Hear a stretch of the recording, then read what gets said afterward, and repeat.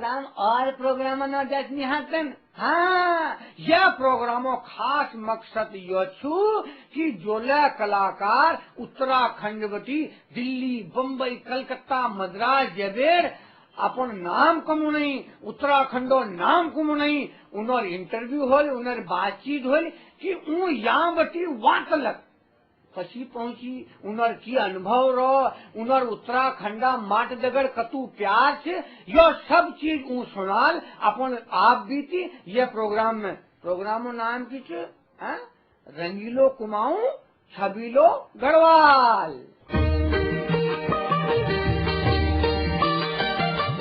आज हम आपसे उत्तराखंड का कई कलाकार से मिला दो जे उत्तराखंड से भर जाए पूरे विश्व में अपन अभिनय परचम फहराई।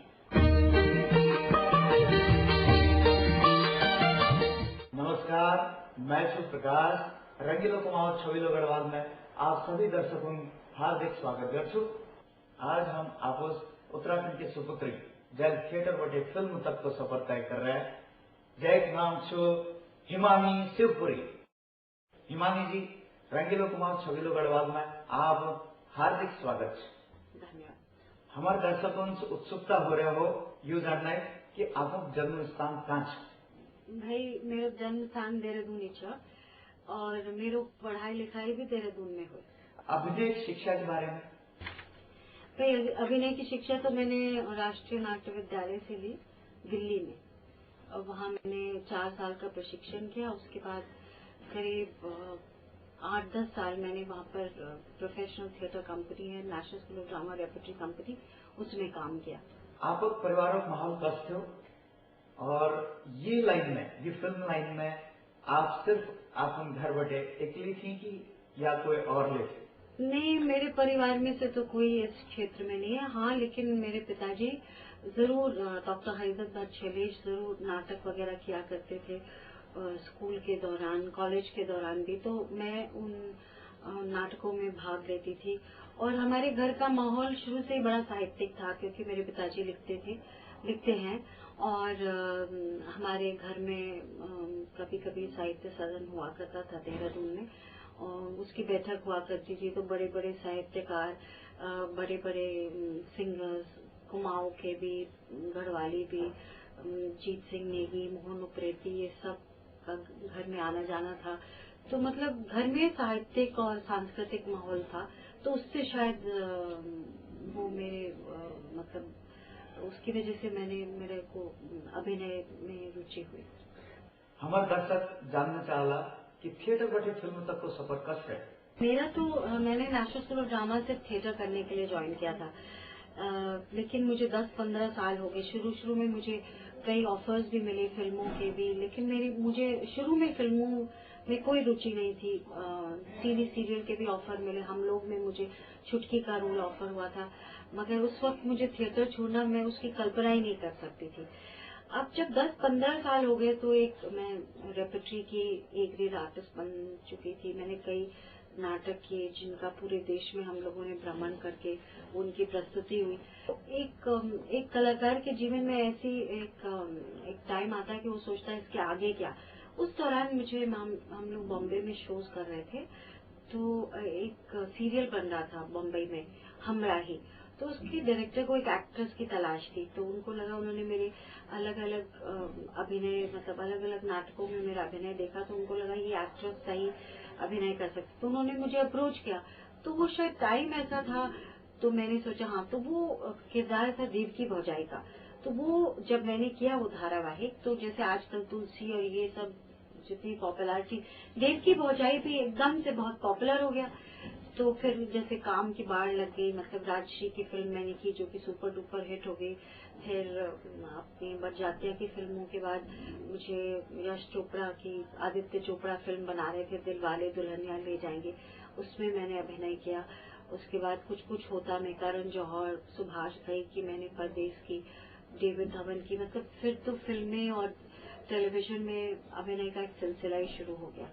आप द्वारा थिएटर में सब लोकप्रिय नाटक कुछ? एक नाटक मुझे बहुत प्रिय है, वैसे तो सारे नाटक ही मुझे प्रिय है, लेकिन एक नाटक है मित्रों मत जानी, जो कि कृष्णा सूक्ति के उपन्यास पे आधारित है।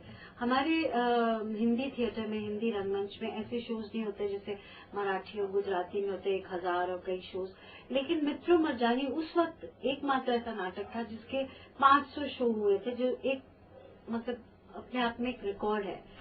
तो और जो कृष्णा सोक्ति है, जब उन्होंने मेरा नाटक देखा था मित्रों, तो उन्होंने कहा कि तुमने मेरा जो कैरेक्टर जिसकी मैंने कल्पना की थी उसको तुमने साकार कर दिया, जो कि बहुत बड़ा कॉम्प्लीमेंट है कि जिसने उस पात्र की रचना की हो वो आपको ऐसा कहे तो मतलब आपको लगता है कि हाँ आपने कुछ किया। तो इसलिए मुझे मित्रों का जो पात्र है वो बहुत प्रिय है। हिमानी जी, हमारे दर्शक जानना चाहला कि आप सब सुपरहिट फिल्म को रहे। मेरी पहली सुपरहिट फिल्म थी, जो मैंने पहली फिल्म साइन की थी, हम आपके हैं कौन। हिमानी जी, आपका पसंदीदा रोल?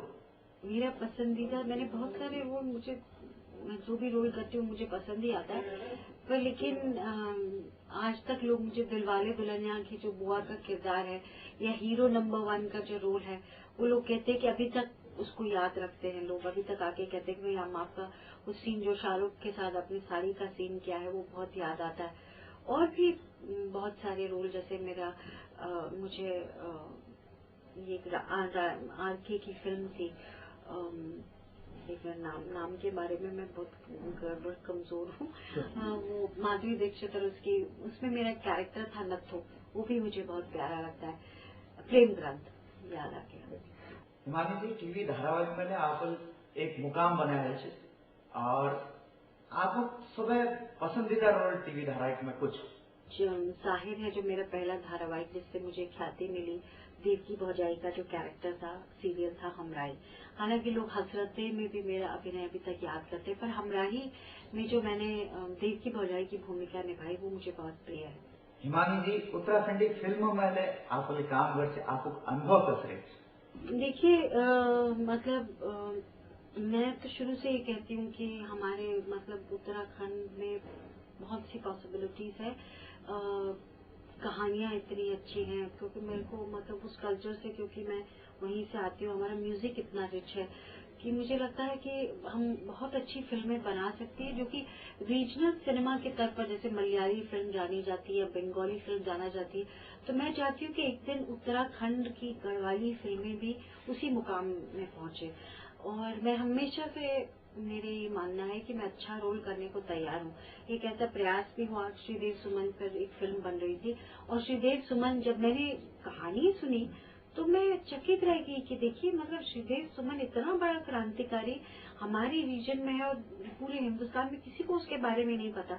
तो उस फिल्म में काम करने, हालांकि दिन बहुत कम थे क्योंकि शायद 4-5 रोज में काम हुआ, लेकिन मुझे काम करने में बहुत मजा आया। और खासकर मैं जब वो हमने शूटिंग श्रीदेव सुमन के गांव में ही करी, और इतना अच्छा लगा वहाँ मंडवे की रोटी और नमक खा के, तो और वहाँ जो उनकी जो फैमिली के लोग थे तो वो मुझे बोल रहे थे कि मैं बिल्कुल मैंने श्रीदेव सुमन की माँ का रोल किया था कि आप बिल्कुल हूबहू वैसी ही लग रही हैं, तो मतलब बहुत अच्छा लगा। उत्तराखंडी फिल्म व्यवसाय में जुड़ी ना लोगों से आपके कौन चांस?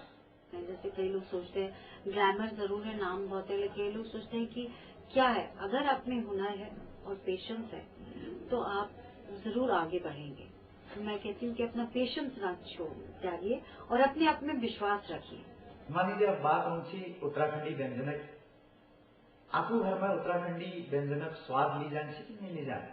हाँ जी बिल्कुल, जो साग और जो खाना है और मंडवे की रोटी तो आज तक मुझे मतलब मेरी फेवरेट, अभी तक आज मैंने नाश्ते में भी मंडवे की रोटी घी और चटनी के साथ खाया। मतलब मंडवे की रोटी, मतलब यहाँ पर तो उसको नाचनी कहते हैं, बच्चे पहले मुझे पता ही नहीं था कि बॉम्बे में भी मिलता है, नहीं तो हम लोग पहले वहाँ गांव से मंगाते थे। मम्मी जब आती थी, मम्मी पापा देहरादून से, तो मेरे लिए लेके आते। बाद में मैंने डिस्कवर किया कि मंडवे को यहाँ नाचनी कहते हैं, तब तो मेरे घर में रेगुलरली बनता है। मतलब मैं नाचनी या मंडवे की रोटी तो जरूर खाती हूँ। आप उत्तराखंड में जान हमसे कि नहीं जान हम? देखिए उत्तराखंड में मेरा जाना तो जरूर होता है कि मैं वहाँ पर पली बड़ी, मेरी पूरी शिक्षा, मैंने अपना स्कूल कॉलेज एजुकेशन वहीं किया, मेरे बेटे ने भी वहीं अपना स्कूलिंग किया, और मेरा भाई देहरादून में रहते हैं, भाई भाभी उनका बेटा, और मेरे पिताजी माताजी तो मसूरी में रहते हैं, और मेरे चाचा और ये सब गांव मटवाड़ी में रहते हैं, मेरे सब चाचा चाची, तो जाना आना जाना तो लगा ही रहता है। हिमानी जी, हमारे दर्शक जानना चाह रहे कि आप उन धारावाहिक और फिल्मों के बारे में।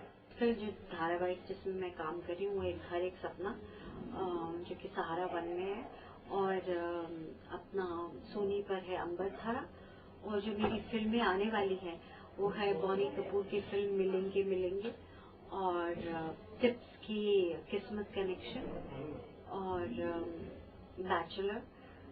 हिमानी जी, उत्तराखंड के लोक बोली में ये सर्वप्रथम प्रोग्राम था रंगीलो कुमाओ छबीलो गढ़वाल। हमारे लोक बोली के विकास कैसे हो? अपनी भाषा अपनो संगीत बहुत मीठू छ, हम सबसे प्रयास करे चाहूँ कि ये ते आगे ने बढ़ावा। हिमानी जी, उत्तराखंड की लोक बोली में कोई गीत? हमको मोहनदा ने तो बहुत गाने सिखाए, और जीत सिंह नेगी की बहुत, मेरे मौसा जी भी मोहन उप्रेती के ग्रुप में काम करते थे, तो हम लोग गाते थे, तो याद नहीं है, पर एक गाना मुझे बहुत प्रिय था, उसमें सबके नाम आते, केदार बद्री, तो वो है जुमिल। जो पेरियो पंचमी का दिना, जो पेरियो पंचनाम देवा, जो पेरियो बद्री के दारा। बस एक डेढ़ पाको तो मोहना ने तो बिल्कुल नेशनल एंथम बना दिया था। डेढ़ पाको बारमासा, डेढ़ पाको बारमासा, करना सफल पाकी चेता मेरी छैला।